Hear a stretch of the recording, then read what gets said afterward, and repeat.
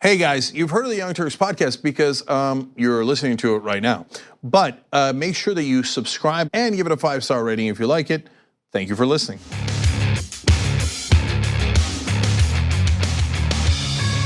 All right, welcome to the Young Turks. We got a great show. You can tell because I'm almost yelling. All right, lots and lots of drama. There's so many amazing stories. Rashida Tlaib and Ilhan Omar have responded to Israel. They did a press conference today. And then there's a response to the response. There's Trump madness. Scaramucci's on the show today. Anna won't let me call him the mooch, but he's talking about an open rebellion against Trump by former cabinet members. So we're gonna have him on in the third hour and talk to him about it. So don't miss that interview. That's it. Former cabinet members. Yeah. Oh, very bold. All right, They're so bold. Hold. Wait let me interview him. Well, no, I won't. We'll talk about it off air if you want. Of course, I've had it. No, I know. You're not stopping me from doing it. I just don't give him cute nicknames. Just don't. Okay, all right. Unacceptable. Okay. So anyway, Scar's on at 8 o'clock Eastern. Good, I like that. Okay, so but look, there's one more thing I want to tell you because I know that all of you can't watch the whole 2-3 hour show. There's 2 hours of news, then there's the interviews, and then there's the post game just for members. That's the last half hour. But I don't want you to miss the story about the cops. Pantaleo was fired. We'll get to that. I'm not giving that away. But the NYPD's reaction, where they're crying and crying and crying. I have very strong opinions on that. Look, easy way to get the whole show, of course, is by becoming a member, tyt.com/join. You can fast forward to that. And now, by the way, the episodes are uploaded immediately after the show. It's newfangled technology that we're using. You guys asked for that, so it doesn't take, there's no more lag, okay? Goes up right away. Anyways, but if you can't do that, don't want to do that, of course, that's totally cool. Just wait a little bit here on the live show, and we're gonna get to that story in a little bit, and it's a really important one. All right, Anna, what's up? All right, let's get to the news. I'd consider myself a white nationalist, and I would consider myself a member of the alt-right. That was James Patrick Reardon in Ohio, and he was actually arrested over the weekend because he had put out a video where he was shooting a gun and threatening to shoot up a Jewish community center near where he lives. In the short video posted on Reardon's Instagram account on July 11th, he fires a gun and the sounds of screams and sirens can be heard in the background. The video was captioned, "Police identified the Youngstown Jewish Family Community Center as local white nationalist Seamus O'Riordan." This shooter and Seamus. Seamus, yeah. Okay, but it's fascinating. I've never seen a white nationalist racist guy so pleasant in a mugshot. Not so pleasant when he's threatening to shoot and kill everyone. But the reason I bring it up is not just because it's weird and amusing and off, right? But because I think he is actually happy to be caught. These guys are literally dying for attention, and a lot of them go through with the shooting and then get killed. But they're like, as long as I get the attention. This guy looks like he just wanted to draw attention to himself. Like, I'm really, really about to do the shooting, and luckily it didn't happen and nobody was killed. But like his mugshot does tell a part of the story, and whether it's Muslim extremists, right-wing extremists, white nationalist extremists. A lot of it is about me, give me attention because I'm a loser and I have no way of getting fame or attention to me or relevance in my life other than doing this extreme act. And so I think the mugshot is actually a little telling. Right, well, the authorities said that he showed absolutely no remorse when he was arrested. He seems pretty proud of himself. And I just want to be clear in that he might want attention. I think that there's definitely validity to that. But at the same time, he is a white nationalist and genuinely believes some of the horrendous things we hear from white nationalists in this country today. In fact, he was part of the hate rally that took place in Charlottesville, Virginia, and Katie Couric happened to interview him. So I'm gonna show you that video. This was a video done for National Geographic, and just listen to what James Patrick Reardon had to say. I'd consider myself a white nationalist, and I would consider myself a member of the alt-right. And what does that mean to you? White nationalist, I want a homeland for white people, and I think every race should have a homeland for their own race. So do you agree that with the guy who organizes Jason Kessler, that America should be 80 to 85% white? Yes. And why? I think there's a demographic decline going on, not only here, but in Europe, and we need some place that can be a white homeland. So again, this is another extremely young white guy who has somehow been radicalized. Later in the interview, he was asked what his parents think about his actions and the fact that he was going to attend the Charlottesville hate march. And both of his parents were very much against it. But somehow he's been radicalized in this way and thinks that there's some sort of issue with the declining white population in America. By the way, authorities also found a lot of weapons in his home.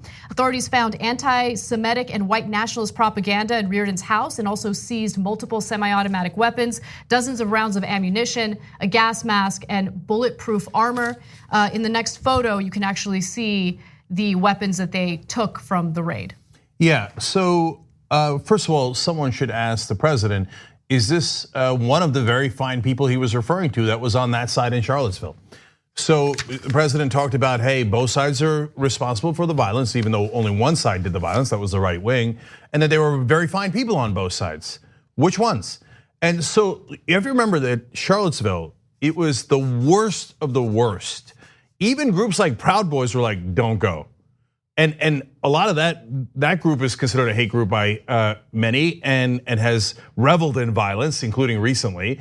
And even they were like, I wouldn't go there. The Charlottesville, they chanted, the Jews will not replace us. And so that connects me to the next part of this, which is that I don't think people realize how much Jewish Americans are in danger and under attack currently by the radical right wing. And you might be wondering why, like, don't they hate Muslims more? And they've got and Latinos, and those are the folks that are mainly in the news. No, if you go down the rabbit hole of their conspiracy theories, it always ends with the Jews. And because they can't, even in their crazy irrational minds, they can't find a way to say that Muslims are in charge of the country or that Latino immigrants are in charge of the country. So they go to, it must be the Jews. They're the ones with the money and they control the media and the banks, etc. All of these anti-Semitic conspiracy theories. So to that point, a really interesting fact that I wanted to bring up to you guys is, so hate crimes motivated by religious bias have risen by about a quarter, 24%, between 2015 and 2017. That doesn't even get to 2018 and 2019 where they got way worse, right? But of that, the group that is targeted most is Jews. And their percentage of being targeted among the different religious attacks went from 51%. It was already really high. It was already the majority of all attacks against religion, okay? Against religious people, based on their religion. It is now at 58%. So it's not Muslims, it's not Christians, it's not Buddhists, it's 58% of the attacks are against Jews. Because in all of these crazy, extreme right-wing propaganda, it always comes back to the Jews rule everything. So you gotta hit the Jews. So this guy, that's why they did Charlottesville. That's why in Charlottesville, they didn't chant the Muslims will not replace us. They chanted the Jews will not replace us. That's why when Donald Trump equivocates on Charlottesville, other than it's being atrocious on 1,000 different levels, it's as anti-Semitic an act as you could possibly do. And yet we're not having a conversation about how outrageously anti-Semitic the president is. And these guys, of course, oftentimes encouraged by the president and other right-wing ideologies that they hear. Yeah, don't get me wrong, they hate Muslims, they hate Latinos, transgendered people. We got another case coming up there. But again, this guy looking to target a synagogue targeted in Pittsburgh, a synagogue targeted in San Diego. A lot of people killed in those events, obviously, and constantly comes back to the synagogues. By the way, this is not talked about much. In Charlottesville, Nazis were marching in front of a synagogue and the people inside were deathly afraid to come out. I mean, that's in the United States of America. And Donald Trump couldn't find the courage or the inclination to condemn that forcefully. So that's where we are today. And I say he's looking for attention. Don't get me wrong, so was the guy who shot up the synagogue in Pittsburgh and killed 11 people. It's just that whether we caught him or didn't catch them in time, and to what degree they're seeking attention. But the way that they're seeking attention is through murder. That's why he had all those weapons ready to go. And thank God the cops caught him before he actually did something. And one more thing about that. That is why the Department of Homeland Security dismantling a group looking into right-wing extremists is literally deadly dangerous. Because these guys are online like this guy, putting up videos saying, hey, I'm going to shoot up a synagogue. And post after post from different guys saying, look, I'm looking forward to murdering people. And we don't have enough guys at Homeland Security and otherwise chasing them down. This is the low-hanging fruit. I mean, they're looking like they in New York, they were targeting mosque after mosque after mosque. They went to New Jersey to try to look for people inside mosques, and what they found was, in that case, after years of it looking into it, innocent Muslims praying, right? That's a giant waste of resources. I'm not saying you don't look after Muslim extremists online. Hell yes, you do, okay? But use your limited resources in a smart way that targets the people who are online going, me right here, I'm looking to murder people, right? Well, then those are the guys you should target no matter what side of the political spectrum they come from. So some people might find what I'm about to say super controversial, but I now believe that the way that we've been perceiving these stories has been naive, right? Because we think about it in the context of how we would respond to left-wingers carrying out violence. And we have condemned the very rare instances of left-wingers carrying out violence.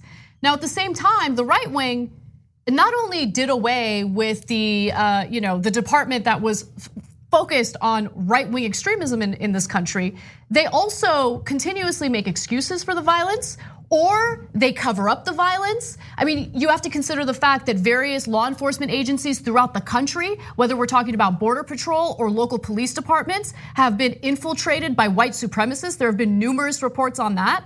No, they don't do anything about it, Jake, not because, there happens to be some sort of blind spot. They like this. They like this. They push this rhetoric on a regular basis. And then when the violence is actually committed, they don't condemn it. Yeah, our own investigative reporter Ken Klippenstein on TYT Investigates got a internal document from the FBI where they said that white right-wing extremism like this one was a mid-level threat. They said black identity extremists was the highest threat there was. There's almost no shootings at all from black identity extremists. There's one massacre after another and planned massacres by white right-wing extremists. Mm-hmm. And so after Anna's right, after all of this, I was kind of dumbfounded by that. How could this be your job and you'd be that monumentally wrong about the threats? Because white right-wing extremists to them are not that big a threat to them, right? To the people in charge. Mm-hmm. Whereas the black identity extremists in their minds, even if they exist, and by the way, I had Daryl Johnson on here, who was a person who was in charge of investigating white right-wing extremists, a Republican in the Bush administration. And he said, yeah, they shut us down. And it was outrageous because we saw it bubbling up and we could have done something about it.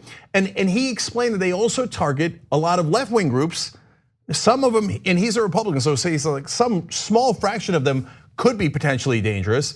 But the larger fraction, he admits, or the larger portion of it, are not at all dangerous. But he pointed out, but they are seen as a bigger threat to the system. Yes, exactly. And just think about the double standard when it comes to the response to various groups, right? So you'll have these white supremacists and neo-Nazis chanting, "The Jews will not replace us." And you'll have someone like Donald Trump equivocating, saying that there are very fine people on both sides. But at the same time, think about the way he and others in the right wing talked about Black Lives Matter. What is the one thing that they kept referencing when it came to Black Lives Matter to paint them as a violent and dangerous group of people? That one time when a small group of individuals chanted "pigs in a blanket, watch them fry." And that was it. A few people chanted that, and that was all they needed to generalize about the entire Black Lives Matter movement. In fact, they called them terrorists. Exactly. No, they treat both sides very differently. We already know that. And we need to stop pretending as if they're against the violence on their side. They incite it, they encourage it with their rhetoric, and then when it's actually carried out, in some cases it's applauded by Trump by saying there's very fine people, and they'll provide a cover for it.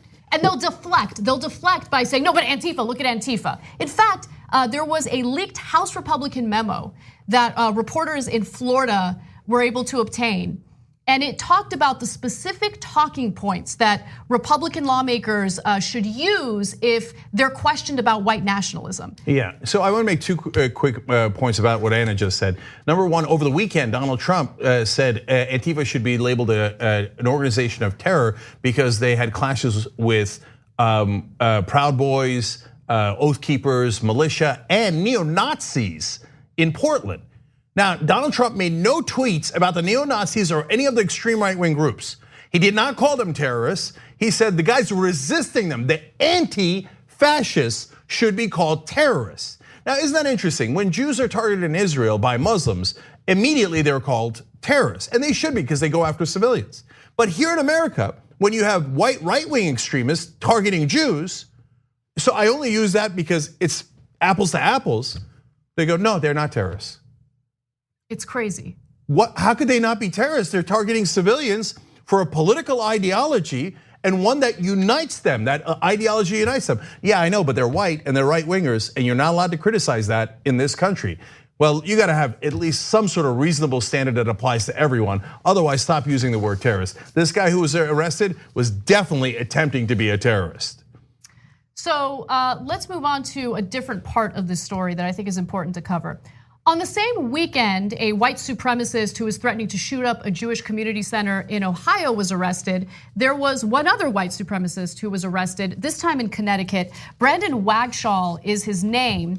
And the Connecticut man had amassed an arsenal of tactical weapons and body armor, and he may have been preparing for a mass shooting. He actually left a trail of racist and anti-trans postings online.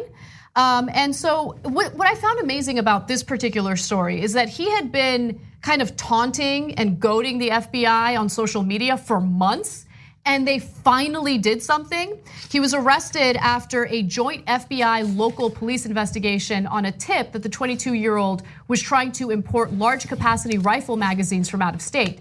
During the investigation, Wagshall wrote a Facebook post that showed his interest in committing a mass shooting, leading to a raid on his house and also his arrest. Police say that they uncovered a weapons cache during the raid, including a titanium body armor and a combat helmet. And so I'm just gonna give you a few examples of the disgusting things that he posted online openly on Twitter. I support transgenders' rights to be some of the first in the gas chambers. He also said, I hate, and then he used the N-word. And then he showed this, he posted this strange photo of Donald Trump fighting Shinzo Abe of Japan. I don't know what this was about, but he was a Trump supporter. And I don't think it's far-fetched to know who inspired some of his ideology. So Abe is actually allies with Trump, I think it's fair to say, and they work together on the North Korea issue. So him putting Trump against Abe is just, I guess, purely racist. But are you surprised by this guy being purely racist and having no connection to logic? Small points in a large one. Some of the avatars that they use on Twitter, I already noticed this, but you see it in this case too. Racists will use black people as their avatar, or black women, or attractive women, getting you to think, getting the uninitiated online to think, oh, it's a black woman saying terribly racist things, so it must be okay, right? No, they're just using that as their avatar. None of them are black, okay? And then of course he made reference to cheese pizza, as in Pizzagate. Lunatics, flock together, I suppose. And we're supposed to ignore all that. No, QAnon could be true. Pizzagate, I don't know. Look, nobody legitimate is saying that QAnon could be true. So I don't want to exaggerate, but there are tons and tons of QAnon followers and Pizzagate followers throughout the country. I've often talked about how one of my neighbors has a bumper sticker like that. But we're supposed to treat them like they're normal people. No, they're lunatics.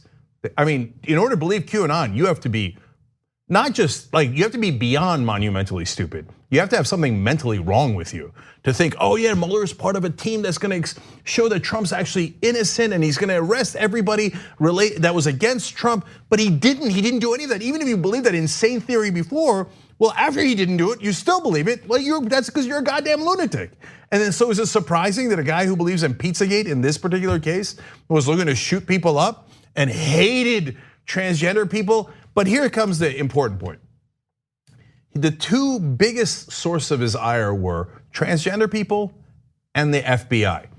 Let me think of who's the one person who's constantly railing against both transgender people and the FBI. Yeah, I mean, that would be Donald Trump. Yeah, exactly. I mean, before Trump or even during the Trump administration, who rails against the FBI more than Trump does? And why? Why did Trump rail against the FBI? It was because he was being investigated. Because he is a lifelong criminal and a lot of his followers are criminals. So of course they hate the FBI. And then ironically, they'll turn on every time a cop shoots an unarmed black man and go, oh, I support cops, Blue Lives Matter. Oh, law enforcement coming for me when I'm looking to murder everybody. Oh, goddamn FBI. Or in the case of Trump, oh, now they want to uphold the law when I've broken 18 different laws, obstruction of justice, campaign finance violations, let alone his entire fraudulent business history. It's like, I never work with law enforcement. I think anyone who does is a rat. Okay, we should make that illegal working with law enforcement. He's literally said these things. I'm paraphrasing, but you can look it up. He says, he's proud that he never worked with the FBI. Nobody should. That's what Trump says. And now his followers amass weaponry and talk about how the FBI is so bad and you should go after them. And transgender people and Latinos and Muslims and Jews, they're all so terrible and somebody should do something about it, but don't worry, I got the weapons. Gee, I wonder who encouraged them. This is not a legitimate debate. It's obviously Trump. Anyone making it a debate is just doing political correctness. Well, is it Trump or is it Bernie Sanders who's totally in favor of peace and in favor of every single one of those groups?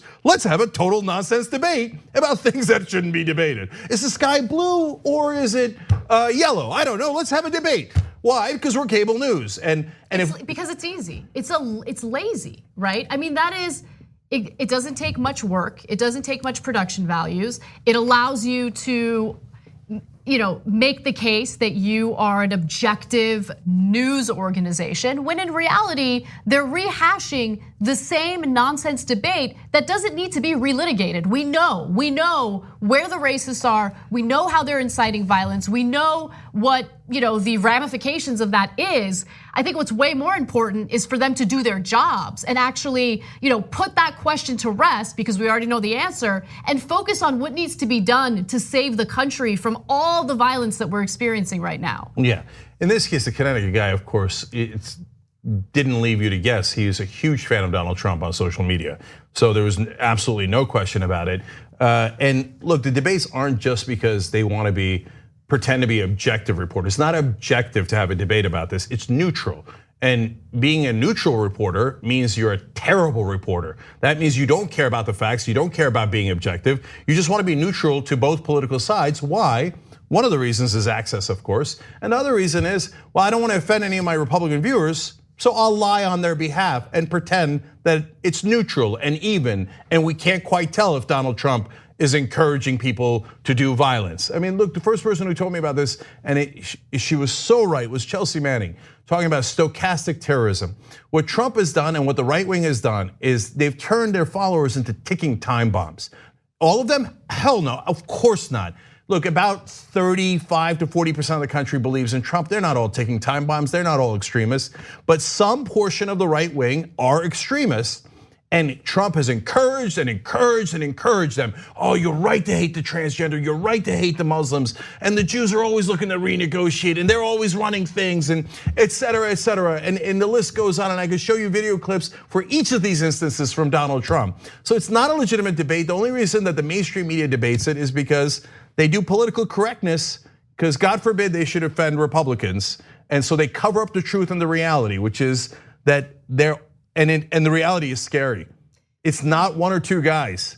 There are ticking time bombs all across this country, all over the country. They have amassed weaponry. They go online and talking about how they want to hurt people in these different groups. Mm-hmm. And last thing is, I want to give a shout out to law enforcement. when we have the terrible training and too many people get shot by law enforcement in this country, we criticize them. But we are also a rare show that actually cares about the facts and give credit where credit is due. And we're not just one-sided in either direction. And here, the cops and law enforcement overall did a great job in catching 2 right-wing extremists before they actually killed anyone. So great credit to them for finding them and stopping them before someone got hurt. All right, we got to take a break, and since we're speaking about the right wing covering for this right wing extremism, we're going to discuss Fox News and how they purposely edited a video that took place in Portland to make it appear as though Antifa were aggressors in an assault. It's unbelievable. Come right back. We need to talk about a relatively new show called the Republic, or UNFTR. As a Young Turks fan, you already know that the government, the media, and corporations are constantly peddling lies that serve the interests of the rich and powerful. But now there's a podcast dedicated to unraveling those lies, debunking the conventional wisdom. In each episode of On the Republic, or UNFTR, the host delves into a different historical episode or topic that's generally misunderstood or purposely obfuscated by the so-called powers that be, featuring in-depth research, razor-sharp commentary, and just the right amount of vulgarity. The UNFTR podcast takes a sledgehammer to what you thought you knew about some of the nation's most sacred historical cows. But don't just take my word for it. The New York Times described UNFTR as consistently compelling and educational, aiming to challenge conventional wisdom and upend the historical narratives that were taught in school. For as the great philosopher Yoda once put it, you must unlearn what you have learned. And that's true whether you're in Jedi training or you're uprooting and exposing all the propaganda and disinformation you've been fed over the course of your lifetime. So search for UNFTR in your podcast app today and get ready to get informed, angered, and entertained all at the same time.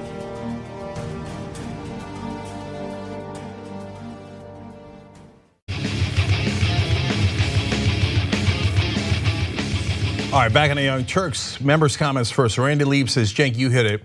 They want to be noticed. It doesn't matter for what or how vile the act is. And that's been true for a long time. Jesse22 Ray says, sorry, Cenk, was that a description of the suspect or our president? All too similar. On Twitter, David Simpson says, the Juggalos, fan group for Insane Clown Posse, were declared a gang by the FBI and put under surveillance. But white supremacists can't even be put on a watch list. I mean, it's mental. I mean, who's the Insane Clown Posse now? I think they're the guys in charge, unfortunately. And then finally, back to the member section, Jackson says, hey, Anna, my fiance Jessica and I want to let you know how much we enjoyed catching up with the recent episodes of No Filter. We really appreciate how engaging and informative the show is, while being so much fun that it's one of the most bingeable shows on TYT. Yeah. There's a shoulder shimmy. Yes. Okay, we encourage other members to keep checking out No Filter as we look forward to new episodes. Thanks to the No Filter team for all your great work. So Jackson, thank you, and Jessica, thank you as well. And everybody, if you want to watch it, the video version anytime you want, as always, for all of our shows, tyt.com/join, including, by the way, Agitprop. Yes, all right, so let me tell you about Agitprop. It is Hassan Piker's newest show, and this week he's got some awesome guests. In fact, I'm a little salty about the awesome guests that he has on, including Mehdi Hassan, who's gonna be on soon. So that's on Tuesday, August 20th at 3 p.m. Eastern time, 12 p.m. Pacific. Mehdi Hassan is awesome. I've been trying to get him on No Filter, so let's maybe start a pressure campaign to make that happen. So that's gonna be Hassan squared, but if they disagree, it'll be Hassan on Hassan crime. That's hilarious. By the way, that's not the only guest you can look forward to on Agitprop. You also have an episode with Michael Brooks coming up. So there's a baby picture of Michael Brooks, and he'll also be a guest on August 20th at 3 p.m. Eastern time, 12 p.m. Pacific. The Tuesday shows can be watched by everyone, tyt.com/live. The second hour on Fridays is just for members, so that's tyt.com/join. And one final announcement, Aspiration is where you should be keeping your money. That is what I'm doing because it is an ethical bank that will not invest your cash in questionable corporations and companies.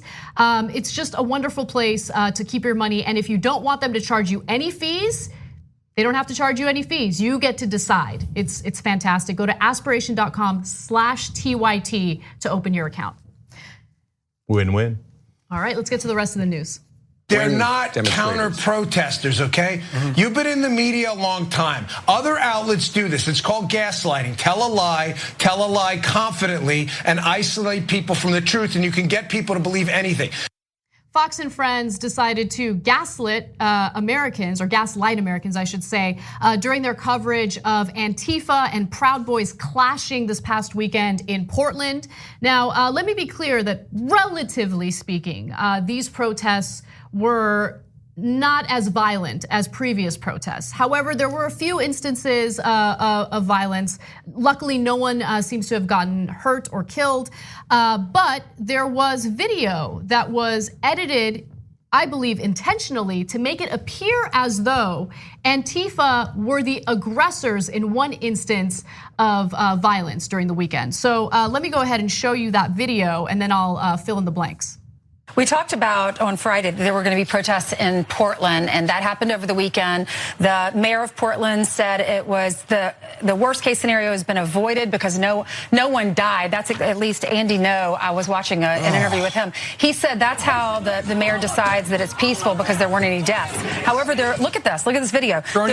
There were 6 people that had injuries. There was concrete that was thrown. Apparently, there were metal and wooden poles that were confiscated by police. Bear spray and shields were confiscated. What do you think? Well, let me get this straight. Your standard for success is, hey, well, nobody died. Yeah. I mean, is that for real? But what did you make of the coverage regarding Antifa versus Steve, the right-wing they're not counter protesters, okay? You've been in the media a long time. Other outlets do this. It's called gaslighting. Tell a lie confidently, and isolate people from the truth, and you can get people to believe anything. Antifa are not counter protesters. It is an anti-First Amendment. That's what it stands for. They tell you it stands for anti-fascist. It really is anti-First Amendment. They are an anti-First Amendment, ultra-violent terror group that wants to silence people's free speech. So let me be clear about something. That video was intentionally edited to make it appear as though Antifa were the aggressors. That was not the case if you look at the full video, which we're about to show you. In fact, there have been widely circulated claims, including those made by reporters at the scene, that those riding in the shuttle bus were Proud Boys. It appears that they're actually members of the American Guard, a group the Anti-Defamation League labels a white supremacist organization. So I just want to be clear about the parties involved. It wasn't the Proud Boys, it was the American Guard, but they're also a white nationalist organization. They're the ones in the bus. But who started this scuffle or this violent attack? It was actually the individuals in the bus, and you're about to see that in the next video. Take a look. He's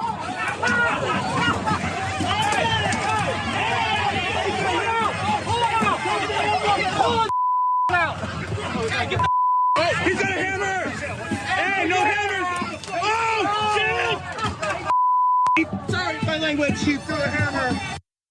So you keep seeing this video of members of Antifa like using a hammer, right? And you think if you look at the edited video that the hammer belonged to them, they're the ones who used it. But if you watch the full video, which we just showed you, the hammer was from an individual in the bus. He was using it and then he threw it. At that point, someone from Antifa grabbed the hammer and then threw it back.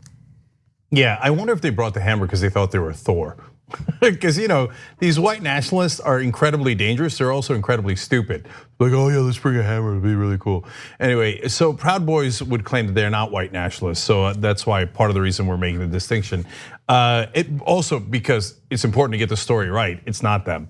And so I loved the projection that Bongo Bongo or whatever his name is makes. Okay, he's like, oh yeah, it's gaslighting when you tell a lie on purpose, and that's what a lot of the other stations do. Now let's show the fake video pretending that Antifa brought the hammer, okay, and that they were the violent ones. And by the way, don't tell people that the other side is filled with white nationalists and neo-Nazis. Neo-Nazis were also on the right-wing side of that parade. Donald Trump tweeting throughout the weekend, the Antifa, the anti-fascists should be called an organization of terror, right? How about the neo-Nazis? No, they're fine, okay? No mention of them at all from Donald Trump. Fox News, oh, can't believe the anti-fascists. How about the fascists?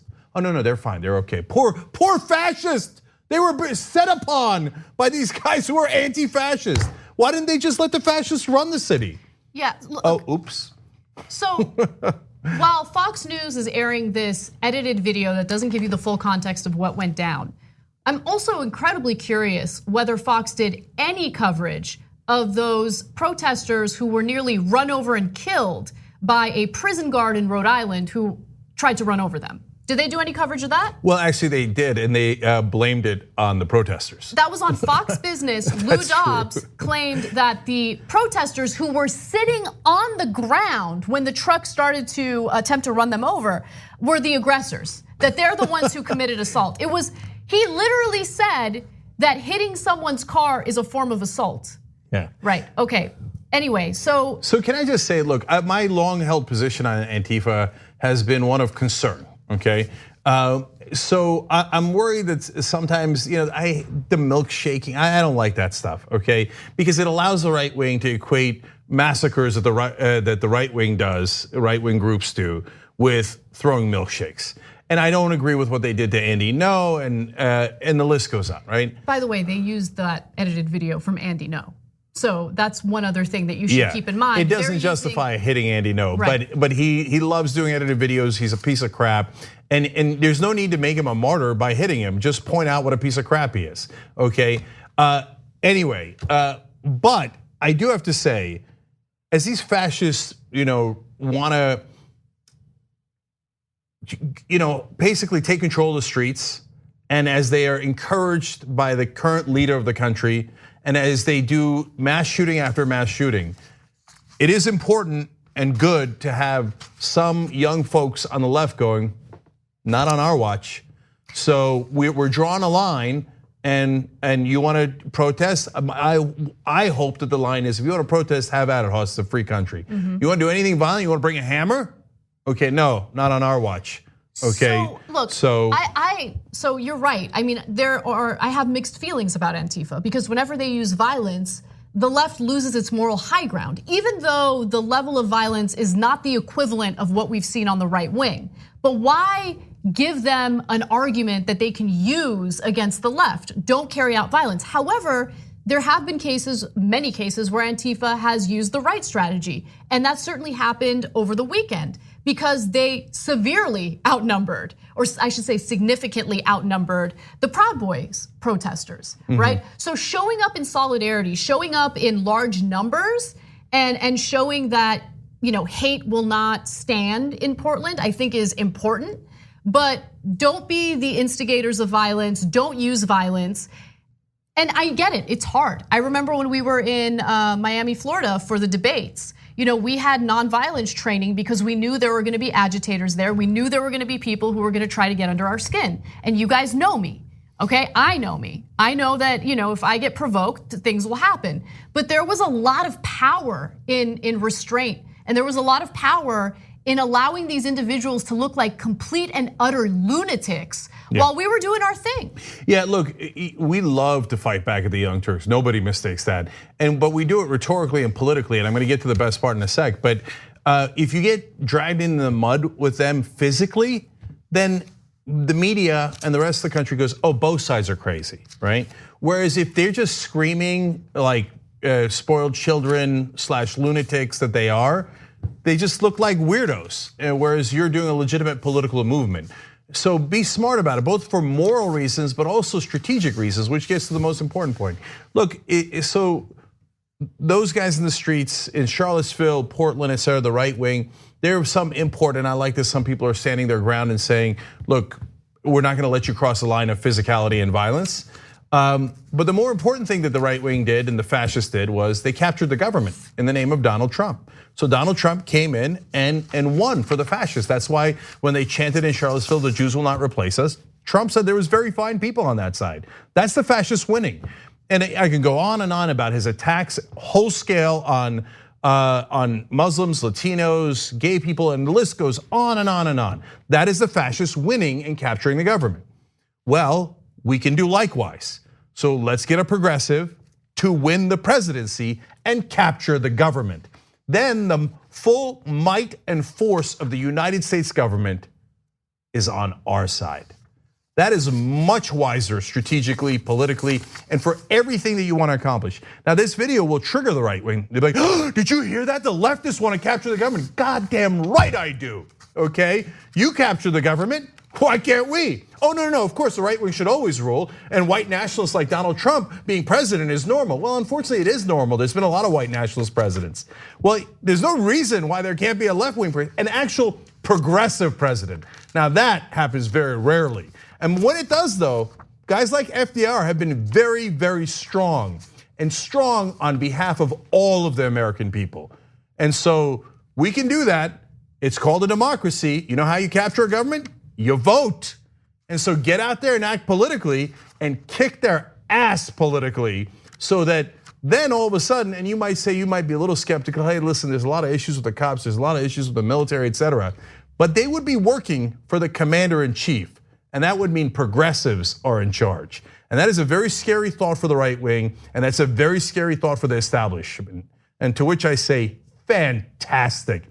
Wouldn't it be amazing if someone who actually cared about the American people was in charge? Let's go make that happen. All right, so let's take a break. When we come back, we have an update on the cop who put Eric Gardner in a chokehold. And also, Gavin Newsom in California signed some lethal force legislation. What does that mean for police in California? We'll give you the details on that and more when we return. At TYT, we frequently talk about all the ways that big tech companies are taking control of our online lives, constantly monitoring us and storing and selling our data. But that doesn't mean we have to let them. It's possible to stay anonymous online and hide your data from the prying eyes of big tech. And one of the best ways is with ExpressVPN. ExpressVPN hides your IP address, making your activity more difficult to trace and sell to advertisers. ExpressVPN also encrypts 100% of your network data to protect you from eavesdroppers and cyber criminals. And it's also easy to install. A single mouse click protects all your devices. But listen guys, this is important. ExpressVPN is rated #1 by CNET and Wired magazine. So take back control of your life online and secure your data with a top VPN solution available, ExpressVPN. And if you go to expressvpn.com/TYT, you can get 3 extra months for free with this exclusive link just for TYT fans. That's expressvpn.com/TYT. Check it out today. We hope you're enjoying this free clip from the Young Turks. If you want to get the whole show and more exclusive content while supporting independent media, become a member at tyt.com/join today. In the meantime, enjoy this free segment.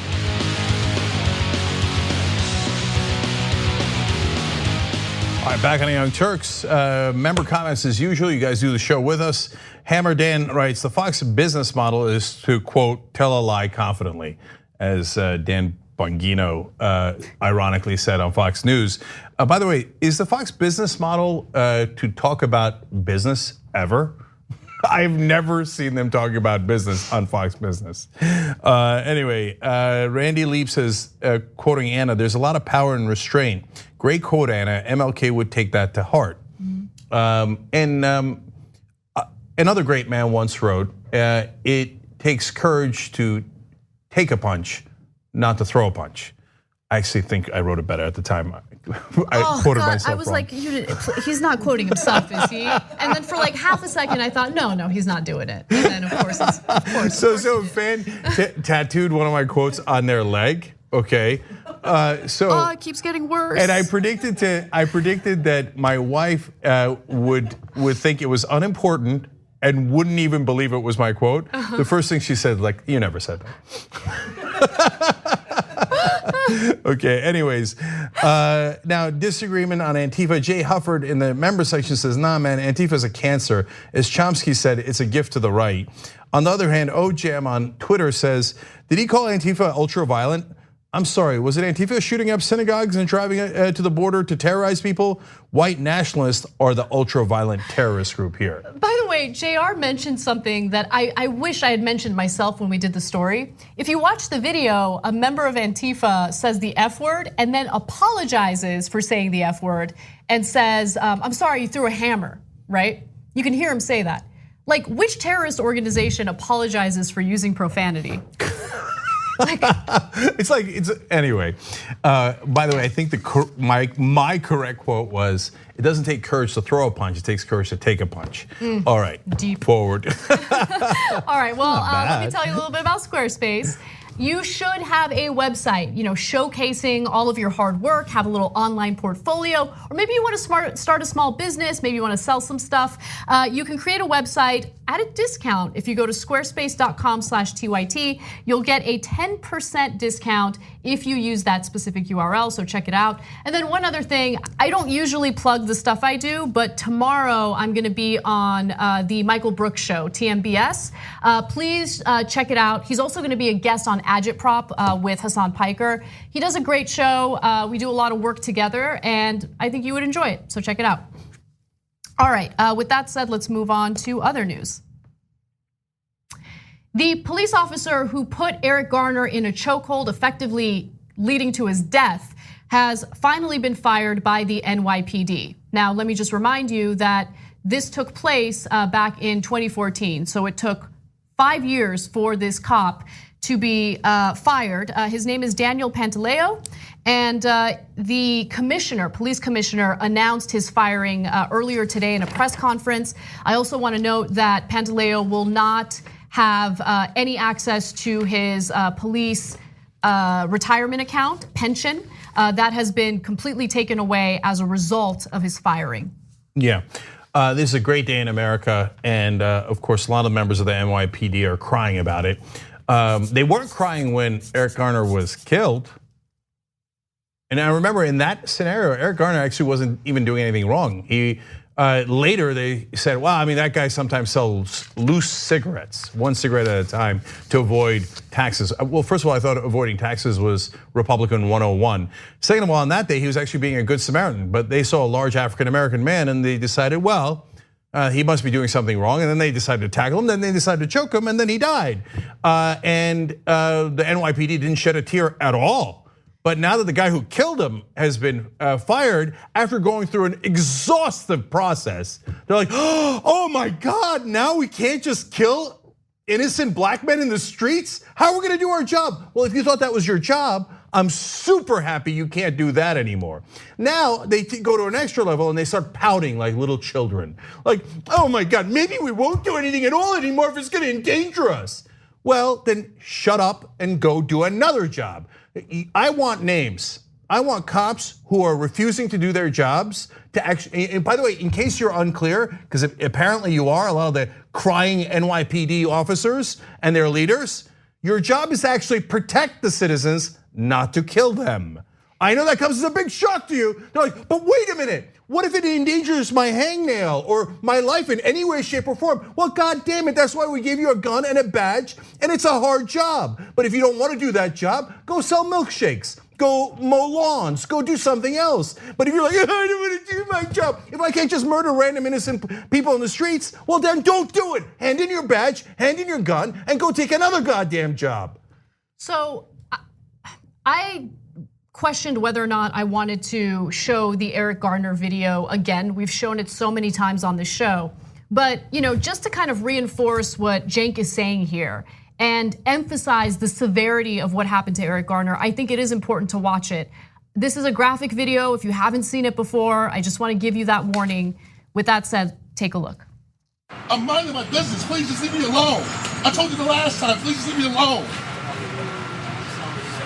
Please, don't touch me. Don't touch me. Hold on. Don't touch me, please. Came over. Not touch me. Damn.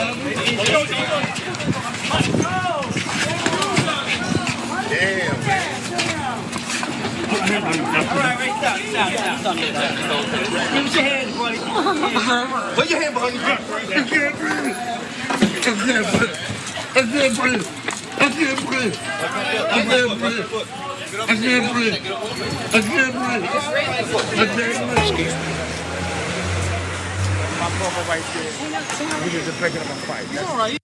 Okay, no, look.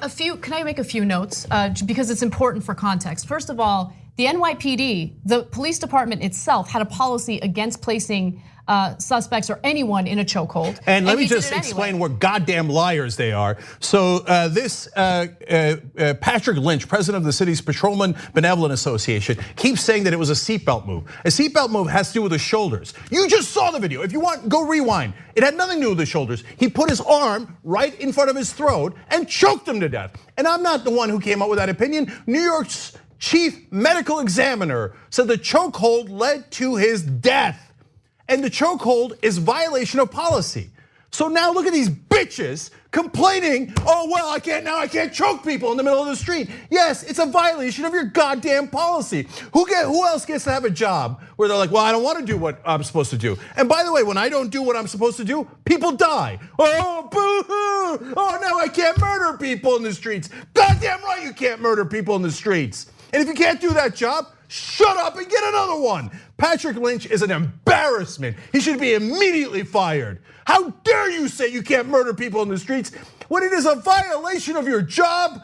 And then you say, well, I don't want to do my job. I just want to be a baby that kills innocent people in the streets. And if you're gonna make me do my job, well, then I don't want to do it. Great, you're fired. Say it already. And any other cop in New York City that says, well, if I can't murder innocent people in the streets, I don't want to do my job. Thank you for saying it. They should all be fired. Anyone who says that should be immediately fired. Who else do you want to murder in the streets? Look, this issue is not at all complicated. He did a chokehold, you saw it with your own two eyes. The medical examiner says it was the chokehold that killed Eric Garner. And the chokehold is violation of cop policy. It's not violation of liberal policy, it's violation of cop policy. So you don't kill people like he just did. And they're still crying about it. God, how weak and soft are you?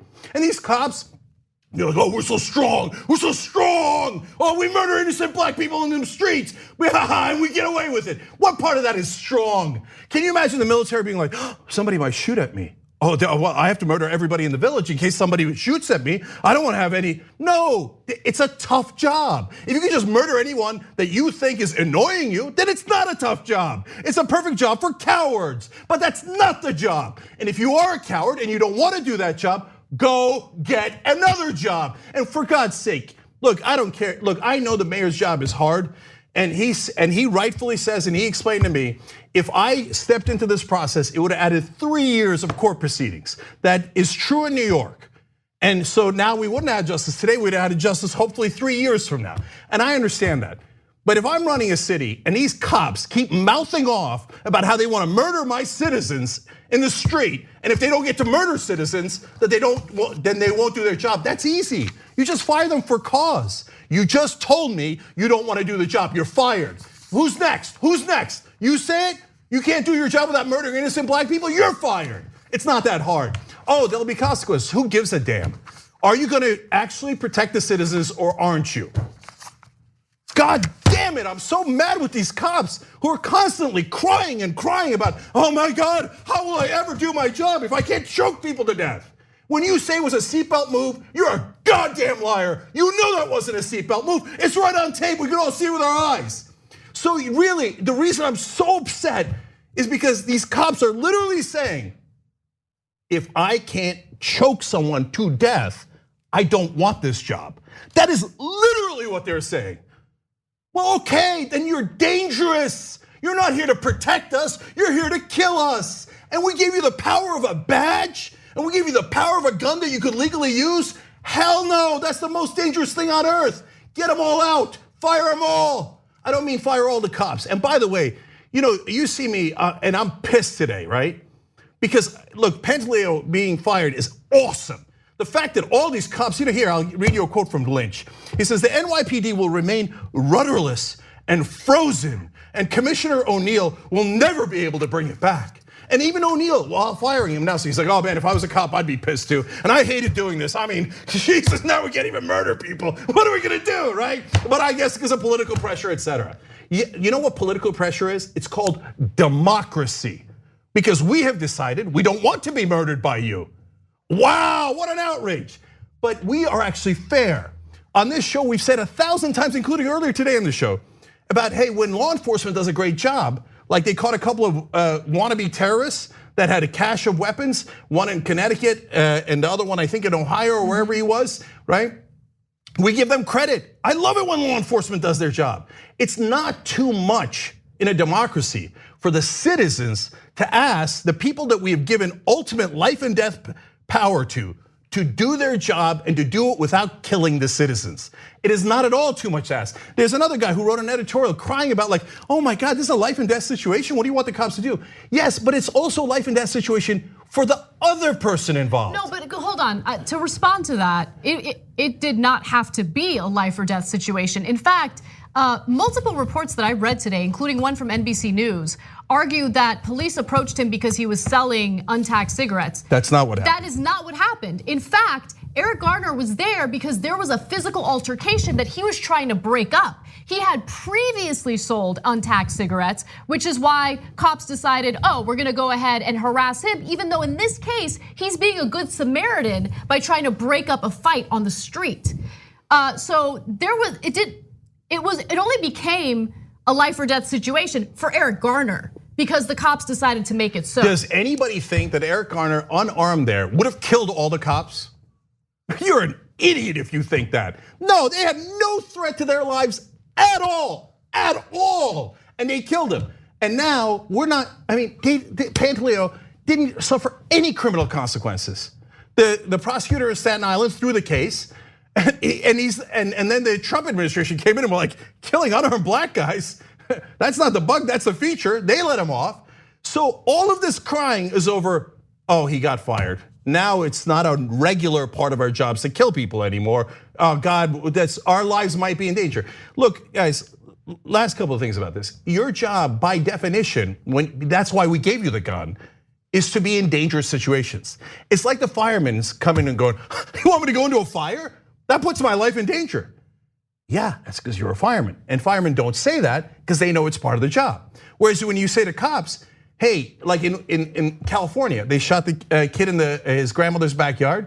And an editorial out today talking about, well, he was in a shooting stance and had a phone and it was dark at night. We weren't sure, the cops weren't sure, so of course they killed him, right? That's not an of course. If I saw someone in my backyard, let alone their own backyard, holding a phone, I wouldn't think, well, I should murder him right away, just in case, right? And they say cops should be able to do that. No, they shouldn't. No, they shouldn't. And am I asking you to take a certain tiny percentage chance that something might happen? Yes, that's why you're a cop. That's why I gave you a badge and a gun. If you don't want to take that chance and you want to murder everyone you see in the streets that you think might cause you any degree of harm at all, then you shouldn't be a cop. Then it's not a dangerous job, it's only dangerous for the citizens. And if you have that mindset all across the country, and by the way, a lot of cops don't, and a lot of cops stop me in the street and watch the Young Turks and are fans of the Young Turks because we give them credit where credit is due. But if you want to be a cop that likes to kill people and not be held accountable, you should be fired all across the country. We got to take a break. We'll be right back. Thanks for listening to the full episode of the Young Turks. Support our work, listen ad-free, access members-only bonus content, and more by subscribing to Apple Podcasts at apple.co/TYT. I'm your host, Cenk, and I'll see you soon.